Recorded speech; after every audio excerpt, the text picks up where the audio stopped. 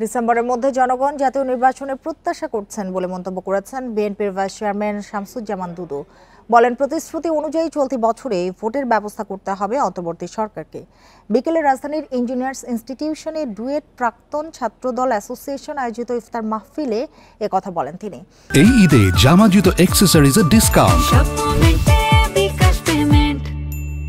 এ সময় তিনি আরো বলেন, ছাত্র জনতার অভ্যুত্থানে শেখ হাসিনা লজ্জাজনকভাবে দেশ ছেড়ে পালিয়েছেন। দেশের মানুষ স্বৈরাচারের হাত থেকে মুক্ত হয়েছে। স্বৈরাচারের দোসররা দেশ ও গণতন্ত্র নিয়ে এখনো নানা ষড়যন্ত্র করছে বলেও অভিযোগ করেন তিনি।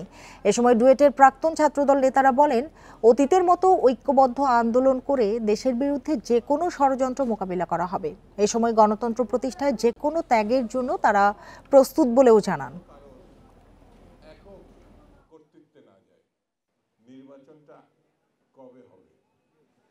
সম্মানিত প্রধান উপদেষ্টা যদিও নিশ্চিত করেছেন ডিসেম্বরের মধ্যেই আগামী জাতীয় সংসদ নির্বাচিত হবে।